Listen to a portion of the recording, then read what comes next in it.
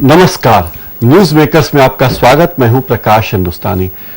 आज इस कार्यक्रम में हमारे एक खास मेहमान हैं श्री राजू बड़जात्या, जिनका असली नाम अरविंद बड़जात्या, लेकिन राजू बड़जात्या के नाम से बहुत प्रसिद्ध हैं अपने मित्रों में। और वे इंदौर में मातृ छाया नाम की एक संस्था चलाते हैं। खास बात यह कि यह संस्था उन बच्चों के लिए कार्य करती है जिनके परिवार में कोई नहीं होता, और करीब 90 बच्चे मातृ छाया से जुड़े हुए हैं, जिसमें से 75 बच्चे एडॉप्शन के लिए दी जा चुके हैं। बड़जात्या जी, आपका बहुत बहुत स्वागत है राजू भाई। मैं सर्वप्रथम दीपावली के इस पुनीत पर्व पर आप सबको सेवा भारती और मातृ छाया की तरफ से बधाई देता हूं।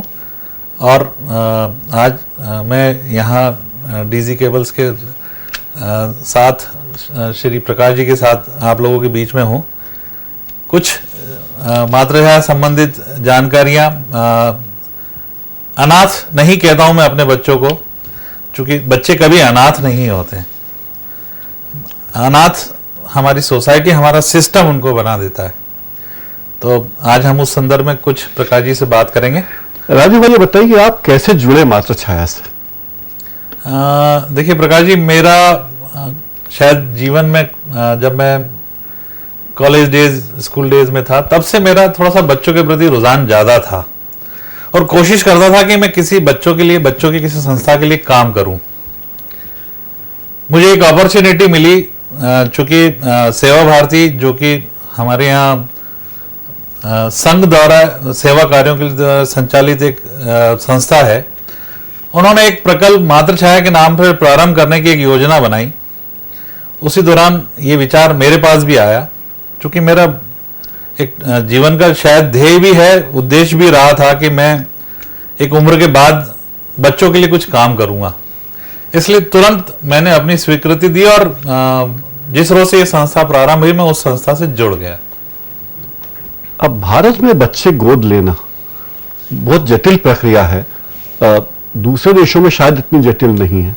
क्या आप देखिए, जितनी कई मशहूर हस्तियां, मैडोना हो या एंजेलिना जोली या सुष्मिता सेन, सबने बच्चे अडॉप्ट किए हैं, लेकिन ये लोग बहुत हाई प्रोफाइल के लोग हैं। एक आम आदमी अगर बच्चों को गोद लेना चाहे तो क्या नियम कानून है? देखिए, सन 2000 के पहले तक हिंदुस्तान में एडॉप्शन एक जटिल प्रक्रिया हुआ करती थी। अभी भी हमारे यहाँ चूंकि इसका विकास प्रचार नहीं हो पाया है, हम लोगों तक ये जानकारियां हमारी तरफ से पूरी पहुंच नहीं पाई है कि अब भारत सरकार द्वारा एडॉप्शन प्रक्रिया को काफी कुछ आसान किया गया है।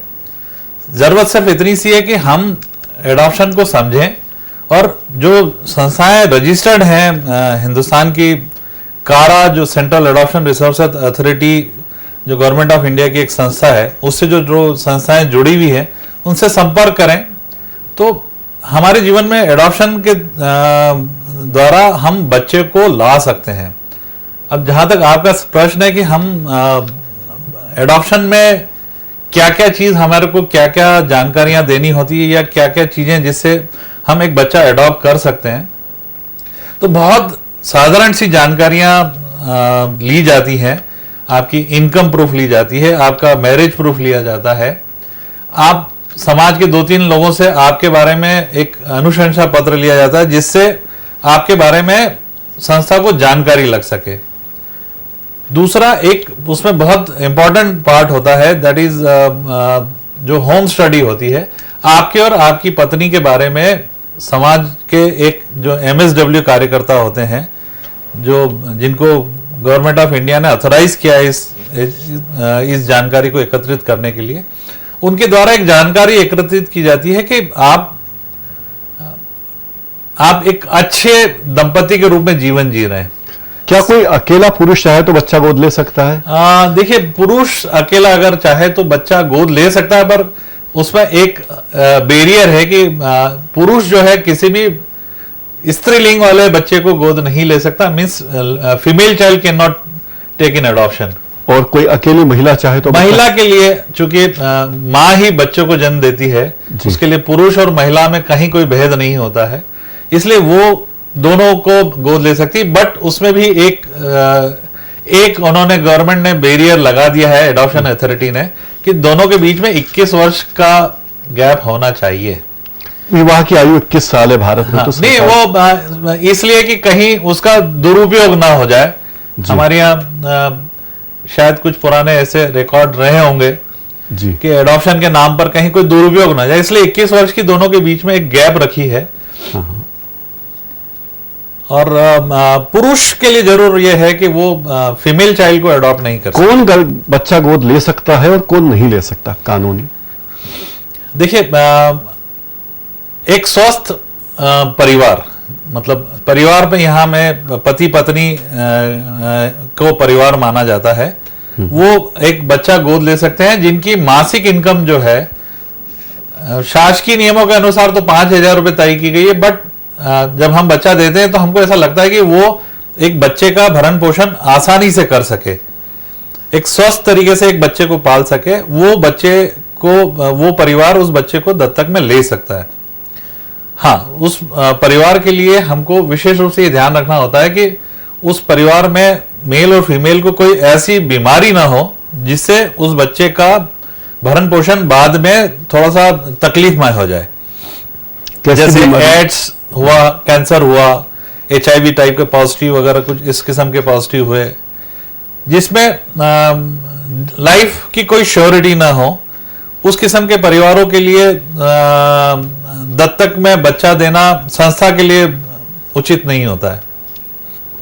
क्या कानूनी किसी ने बच्चा गोद लिया, किसी दंपत्ति ने, और इसके बाद उनके घर में संतान हो गई, या किसी घर में ऑलरेडी संतान है, तो वो बच्चा गोद ले सकता है? जी, पति पत्नी के 2 बच्चे हैं या 3 बच्चे हैं, 1 बच्चा, तो देखिए ऐसा कानूनन कोई बैरियर नहीं है, बट चूंकि कारा इस per day to day monitoring करती है जी, उनका ये मानना है कि हमारे पास जितने भी रजिस्ट्रेशन बच्चों के अडॉप्शन के लिए परिवारों के होते हैं, हमें प्रेफरेंस पहले उन लोगों को देना है जिनके कोई संतान नहीं है। उसके बाद अगर हमारे पास बच्चे उसके बाद भी अगर शेष रहते हैं तो हम किसी भी ऐसे परिवार को बच्चा दे सकते हैं जिनके पूर्व में बच्चे हों या बाद में होने की संभावना हो। ऐसा कोई नियम ऐसा नियम नहीं है कि हम उनको बच्चे सुष्मिता सेन ने 2 बच्चे अडॉप्ट किए जी। अब मान लीजिए उनकी शादी हो जाती है और उनको खुद की संतान होती है, तो उनके जो बच्चे उन्होंने गोद लिए हैं उनके अधिकारों पर कोई असर पड़ेगा? नहीं होगा। और देखिए, मैं यहाँ एक और चीज बताना चाहूंगा कि जितने भी बच्चे अडॉप्टेड होते हैं, जो लीगली तरीके से अडॉप्ट होते हैं, जिनमें न्यायालय का इन्वॉल्वमेंट होता है, उन बच्चों के पास अधिकार आपके जैविक बच्चे से कहीं ज्यादा होते हैं, क्योंकि आपके जैविक बच्चे के पास न्यायालय नहीं होता है और उस अडॉप्टेड बच्चे के साथ न्यायालय होता है। न्यायालय का एक डिसीजन होता है कि ये बच्चा आज से ऑफिशियली आपका है। तो अधिकारों की अगर हम बात करें तो बिल्कुल भी उनके अधिकारों में किसी किस्म का कोई प्रभाव नहीं पड़ेगा। जितने अधिकार एक जैविक संतान के, उतने ही अधिकार उस गोद ली हुई संतान के होंगे, चाहे बेटा हो या बेटी। जी, अभी हमारे मुख्यमंत्री बेटियों के लिए बहुत जोर दे रहे हैं, बेटियों का महत्व बता रहे हैं, लेकिन आए दिन ऐसी वारदातें होती इंदौर जैसे शहर में कि कोई मंदिर में बच्चा छोड़ गया, कोई अस्पताल में बच्चा छोड़ गया। क्या संदेश देना चाहेंगे? दुर्भाग्य हमारा, हम पूर्व में भी कई बार हमारे राजनेता भी, हमारे अधिकारी भी, हमारे समाज के जितने भी प्रतिष्ठित लोग हैं, वो सब हमेशा ये एक संदेश देने की कोशिश करते हैं कि आप जीवन में कभी शायद ऐसी स्थिति आ जाती है कई परिवारों में जहां पर उनको एक बच्चे को जन्म देना पड़ता है, सामाजिक स्थितियों की वजह से हम उस बच्चे को शायद ना पाल पाए, ऐसी कुछ विडंबना बनती है। तो उस केस में मेरा उन तमाम परिवारों से, उन तमाम समाज के लोगों से और समाज से उन लोगों से जो इस किस्म की घटनाओं में कहीं किसी तरीके से जुड़े हुए हो, उनको एक संदेश यही है कि वो इस किस्म के किसी भी बच्चे को सड़कों पर ना फेंकें। कहीं जो हम कई बार उनकी जान भी ले लेते हैं, जो कि शायद हमारे समाज के लिए सबसे ज्यादा घृणा वाली बात है। उन बच्चों के लिए मैं अगर इंदौर की बात करूं तो इंदौर में ऐसी 4 संस्थाएं हैं, हमारी मातृ छाया है, जहां पर 24 घंटे झूला आपके लिए एक इंतजार कर रहा है। आप सिर्फ आइए, उस बच्चे को झूले में डालिए और चले जाइए। बच्चे की पूर्ण रूप से एक अच्छी परवरिश होगी, सब कुछ अच्छा होगा। और आप देखिए, कहीं आपने जीवन में जो आपके कष्ट आया है, उस कष्ट में भी आप किसी का भला करेंगे, कहीं ना कहीं वो पूछताछ नहीं की जाएगी। अगर आपकी मातृ छाया संस्था में कोई महिला या कोई परिवार अपना बच्चा लेकर आता है जो उसका भरण पोषण करने में समर्थ नहीं है, तो आप उससे पूछताछ नहीं करेंगे कि ये बच्चा आपने नहीं, यहाँ क्यों देखिए, छोड़ा? अगर वो ऑफिशियली वो आके अगर हमें ऑफिशियली वो बच्चा अगर देता है जी, तो फिर यहाँ पर एक बाल कल्याण समिति, जो एक शासकीय समिति है मध्य प्रदेश शासन द्वारा, हर डिस्ट्रिक्ट हेडक्वार्टर में एक समिति बनाई गई है जी, जो समय समय पर बच्चों के उत्थान के लिए कार्य करती है। हमको वो बच्चा लेकर उनके सामने प्रेजेंट होना पड़ेगा उस परिवार के साथ। जी। बट कानूनन एक हमारे पास एक प्रोविजन और ये है कि हर अनाथालय के बाहर एक झूला घर होना चाहिए, झूला होना चाहिए, जिसमें कोई भी आकर अपना बच्चा वो उस झूले में डाल के जा सकता है। जी। क्या आपके मातृ छाया संस्था में कोई बच्चा इस तरह रख के गया? करीब करीब आप मान के चलिए कि 10 से 15% बच्चे जो हैं जी। वो इसी तरीके से आते हैं, जो चूंकि दरवाजे पर बच्चा छोड़कर सवेरे अर्ली आवर्स में आते हैं, छोड़ जाते हैं, घंटी बजा के चले जाते हैं। जी, कई बार हमारी जो आया बाइयां हैं, चूंकि रात में आया बाइयां ही रहती हैं, उन्होंने उन परिवारों को जाते हुए देखा, बट वो उन परिवारों को रोकती नहीं है।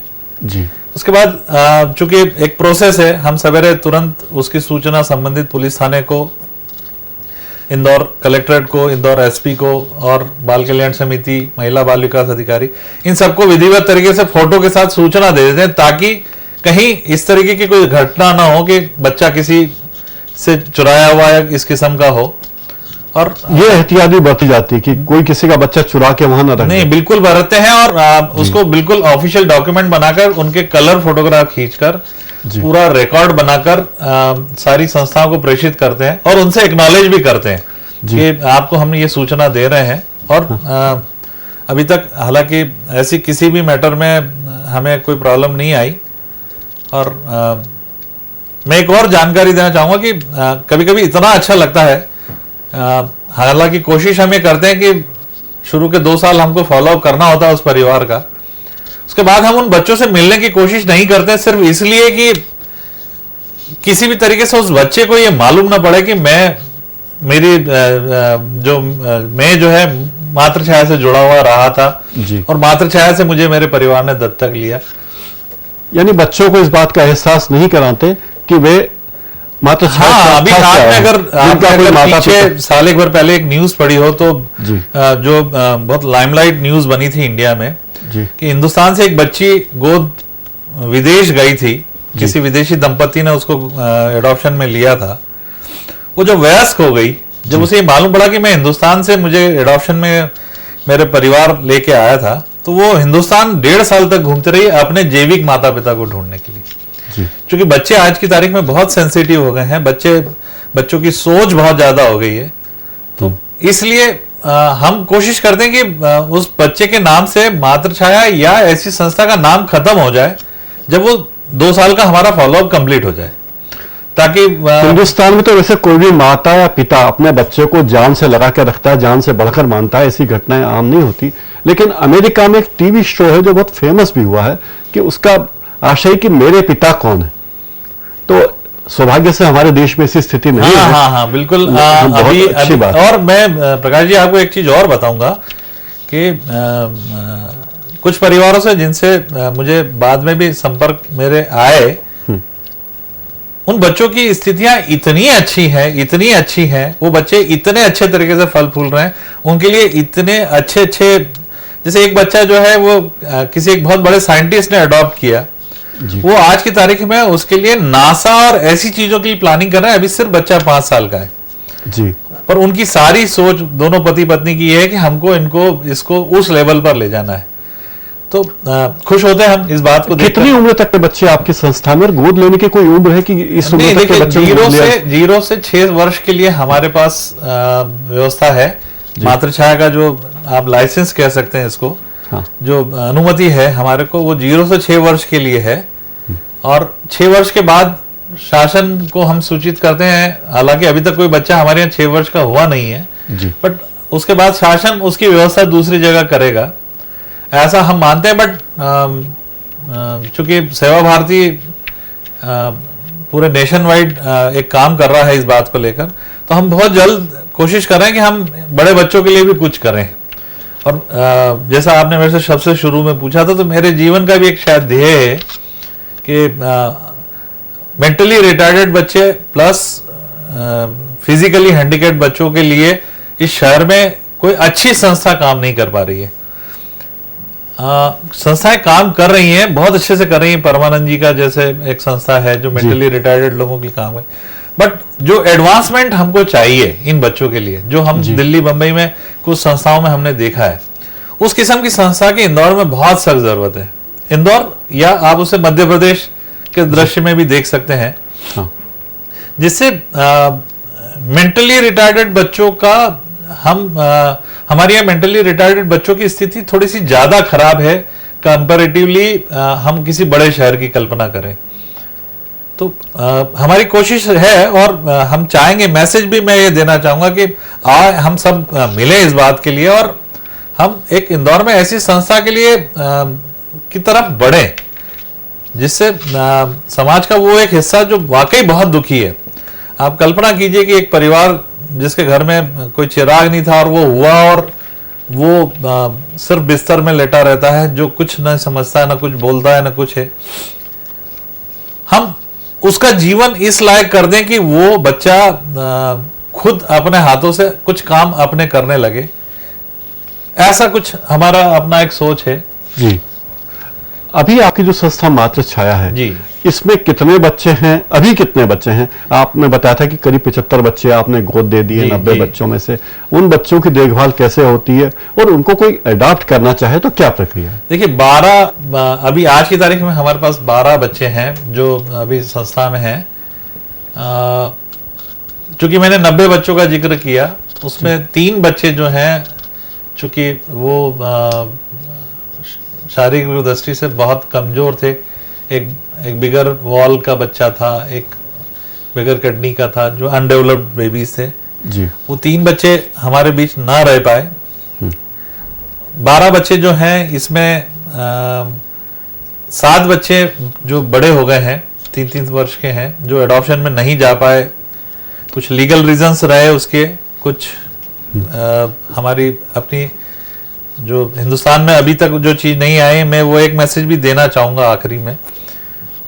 वो बीमार है बच्चे, बीमार एक मेंटली रिटार्डेड है, एक को HIV हेपेटाइटिस बी है, एक को थोड़ा सा कार्डियक प्रॉब्लम है। वो बच्चे एडॉप्शन में नहीं जा पाए और 2 बच्चे ऐसे हैं जिनकी हमको जैविक माता पिता की जानकारी है। चूंकि जिन बच्चों की जैविक माता पिता की जानकारी लग जाती है वो लीगली एडॉप्शन के लिए फ्री नहीं हो पाते हैं जी। तो वो बच्चे हमारे पास हैं। आमतौर पर ऐसा क्यों होता है कि लोग सुंदर बच्चे चाहते हैं, पुत्रों को गोद लेना चाहते हैं लोग, बेटियों को, लेकिन हिंदुस्तान में 65% गोद लेने वाली संतानें बेटियां होती, ऐसा क्यों? देखिए धीरे अब स्थितियां अच्छी बनती जा रही हैं।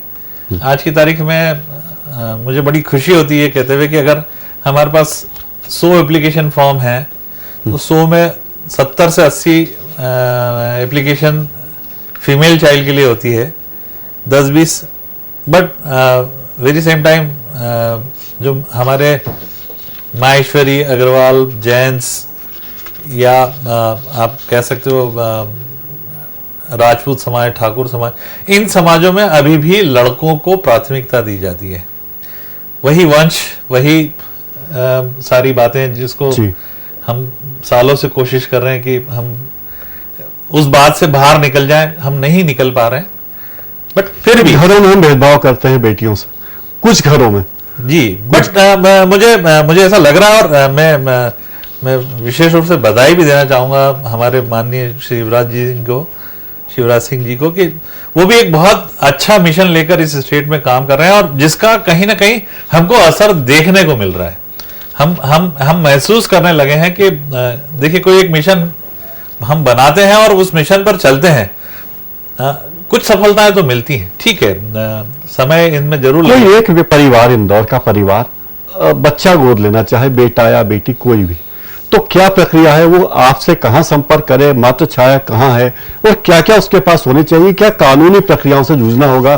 कितने उसको एफडी करनी पड़ेगी? अच्छा, क्या बैंक में एफडी करना पड़ेगी उसके लिए? नहीं, देखिए बैंक की एफडी वाला मैं पेटर भी आपको बता देता हूं, पर सर्वप्रथम आपने जो पूछा, देखिए मातृ छाया जो है बॉम्बे हॉस्पिटल के सामने एक चिकित्सक नगर है जैसे ही हम बॉम्बे हॉस्पिटल से एस्कॉन टेम्पल के लिए जब जाते हैं तो लेफ्ट हैंड पर एक घुसते ही चिकित्सक नगर आता है, वहीं कॉर्नर पर मातृछाया का बोर्ड आपको दिख जाएगा, वहां मातृछाया का कार्यालय है। इंदौर में ऐसी 3 संस्थाएं और भी काम कर रही हैं।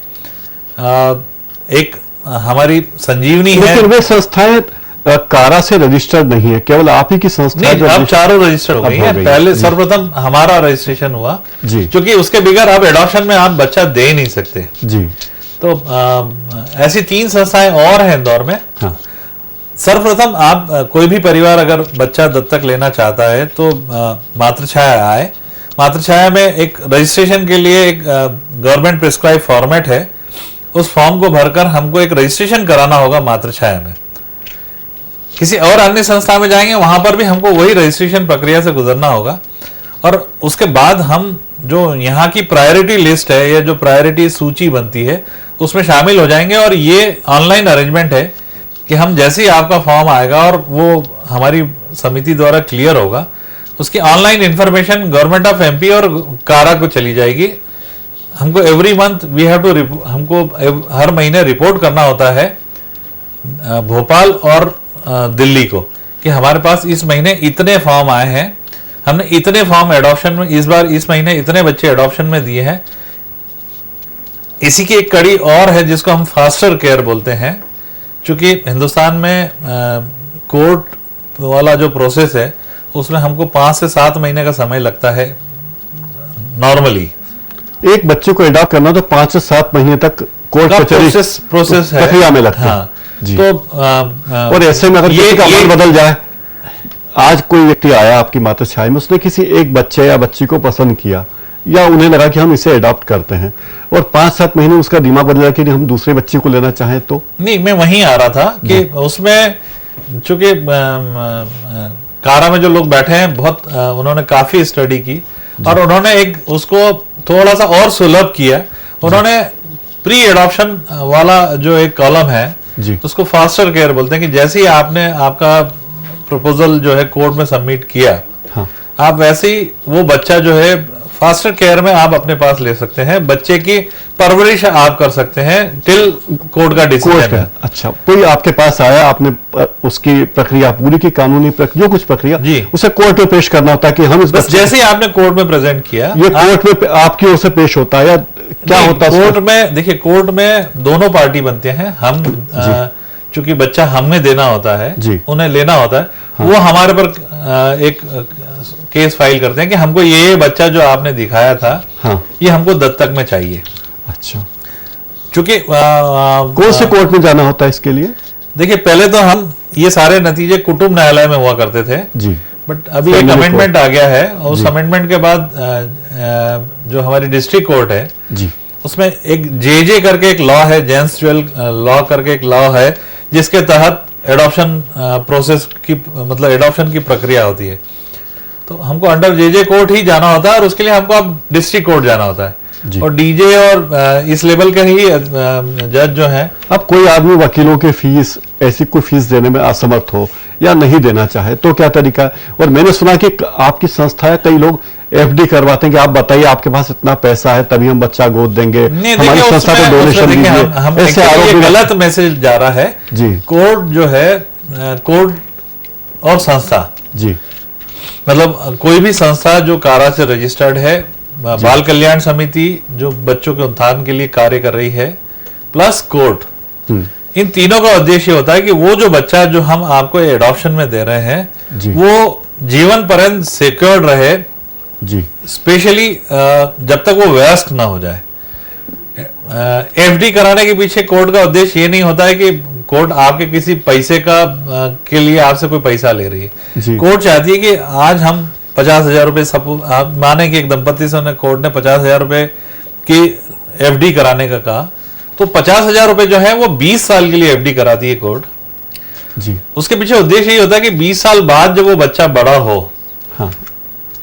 इस 20 सालों में कहीं आपकी कोई ऐसी स्थिति बन जाए जिससे बच्चे के लालन पालन में कोई प्रॉब्लम आए, तो जब वो वयस्क हो तो उसके पास इतना पैसा बाय एफडी आ जाए कि वो अपने खुद की जीवन जी सके। अगर कोई बेटी अडॉप्ट करता है, नवजात बेटी है, 2-4 दिन की, हफ्ते की, महीने भर की, तो क्या उससे भी मुख्यमंत्री की कन्यादान योजना, मुख्यमंत्री योजना लाभ मिलेगा उससे? बिल्कुल बिल्कुल मिलेगा। लाडली लक्ष्मी योजना ये सारी योजना का जो भी एडवांटेज है या जो भी इसके फायदे हैं वो सारे मिलेंगे। बट उसमें सिर्फ यही है कि जैसे हम एडॉप्शन जब करते हैं तो जब कोर्ट का ऑर्डर होता है तो हम इस ऑर्डर को जो ऑर्डर की कॉपी होती है उसको एक रजिस्टर्ड डीड में कन्वर्ट कर देते हैं जी। जितना भी एडॉप्शन है ये रजिस्टर्ड होना चाहिए हमारे यहाँ रजिस्टर ऑफिस में, और उसके बाद उसका बर्थ सर्टिफिकेट बनता है नगर पालिका से जी। तो जब ये प्रोसेस हमारी पूरी हो जाती तो उसके अधिकार वैसे ही हो जाते हैं जैसे एक जैविक बच्चे के अधिकार हो जाते हैं जी। वही अधिकार, वही सुविधा सब उसे सब वो मिलती है। एक और बात, आखिरी सवाल मेरा, कुछ दिनों पहले कुछ इंदौर के अन्नपूर्णा मंदिर की सीढ़ियों पे एक बच्ची पड़ी हुई मिली जी। वहां के रहने वाले एक दुकानदार ने उस बच्ची को देखा और वो अपने घर ले गया। उसने कहा कि ये मेरी बच्ची, मेरे घर में कोई संतान नहीं है, या मैं इस बच्ची को पालना चाहता हूं। लेकिन कुछ दिनों के बाद कानूनी प्रक्रिया में उलझ गया, उस दुकानदार को बच्ची नहीं दी, उस व्यक्ति को बच्ची नहीं दी गई। ऐसे अगर किसी व्यक्ति को, इंदौर शहर में किसी व्यक्ति को कहीं कोई ऐसा बच्चा मिले जिसको देखने वाला कोई ना हो, अनाथ शब्द में नहीं बोलना चाहता, तो क्या करे वो? कहाँ जाए उस बच्चे को लेके? आपके पास आए, कोर्ट में जाए, थाने जाए? इसमें एक्चुअली आपने जो चीज पूछी है उसमें तरीका वही अख्तियार होगा कि वो बच्चा जो है सर्वप्रथम चूंकि शासकीय एजेंसी के पास ही जाएगा, शासकीय एजेंसी जिस संस्था को भी अधिकृत करेंगे उसको वो बच्चा देंगे, और वही प्रोसेस होगा जो आपके यहाँ प्रायोरिटी लिस्ट है उन्हीं को पहले उसकी प्राथमिकता मिलेगी। ऐसा नहीं कि मुझे बच्चा दिखा और मैं उसे अपने घर ले आया तो मेरा हो गया, ऐसा नहीं। वो पूर्व में ऐसा होता रहा और उसके बहुत दुष्परिणाम आए, क्योंकि देखिए हम जब तक कोई लीगल प्रोसेस से नहीं गुजरते हैं, जब तक हम सारी लीगल एक्टिविटीज पूरी नहीं करते हैं, तो हम उस चीज को बहुत आसान मान लेते हैं जी। और जब हम इन सारी चीजों से गुजर जाते हैं, जब मकान बनाते वक्त हम अगर 2 महीने, 2 साल, 6 महीने उसको बनाते हुए खड़े रहते हैं और उसको बनाते हैं, तो उसका जो हमको सुख है वो वैसी की वैसी बात इसमें भी है जी। कि सारी लीगल एक्टिविटीज के बाद जब बच्चा आपके पास आता है तो बच्चा आपको उतना ही प्रिय हो जाता है। और मैं उन तमाम लोगों से भी मेरी बिल्कुल एक गुजारिश है जिनके बच्चे नहीं हैं। देखिए ये बहुत एक सामान्य प्रक्रिया है कि बच्चे आपके अपने न हो पाए। धीरे धीरे हमारे यहाँ भी, हिंदुस्तान में भी नॉन कंस्यूमेंट वाला जो रेशो है, जो इनफर्टिलिटी वाला जो रेशो है, वो दिन प्रतिदिन हिंदुस्तान में भी बढ़ता जा रहा है। अगर हम इसकी स्केल की बात करें तो ये स्केल बहुत तीव्र गति से ऊपर की तरफ बढ़ता जा रहा है। समय रीजन है, कुछ कंडीशंस हमारे यहाँ ऐसी होती जा रही हैं, वर्किंग स्ट्रक्चर भी एक उसका रीजन है।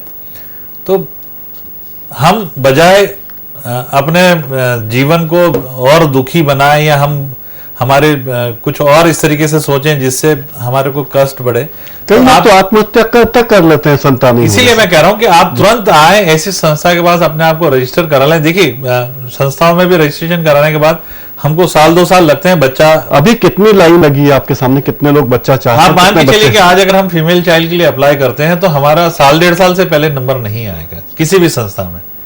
मेल चाइल्ड में और समय ज्यादा लगता है क्योंकि मेल चाइल्ड की परसेंटेज कम होती है जी।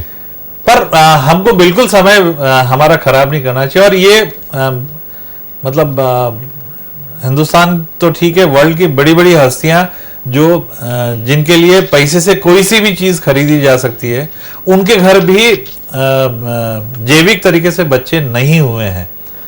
तो हमको इस बात को लेकर कभी निराश भी नहीं होना चाहिए। ये एक सामान्य प्रक्रिया है। हमको डायबिटीज हो जाती है, वैसी हम इसको भी कल्पना करें कि ये भी एक ना होना भी एक तरीके से एक ऐसा मर्ज है जो शायद रिपेयर नहीं हो पा रहा है। तो हम आगे बढ़े और हम ना परिवार हम बढ़ाएं। देखिए एक बच्चे को हम अगर एडॉप्शन हम तो मानते हैं वसुधैव कुटुंबकम, जी पूरी वसुधा हमारा कुटुंब है। राजू बड़जात्या जी, आप हमारे स्टूडियो आए और आपने हमसे बहुत सारी बातें की और ये बताने की कोशिश की, पता है हमारे दर्शकों को कि अगर आपके घर में संतान नहीं है तो निराश होने की जरूरत नहीं है। आप किसी बच्चे को अडॉप्ट करके अपनी खुशियां बढ़ा सकते हैं और किसी और की जिंदगी में भी उजाला कर सकते हैं। आपका बहुत बहुत धन्यवाद, आप हमारे स्टूडियो जी पर। नमस्कार, थैंक यू। न्यूज मेकर्स में फिलहाल इतना ही।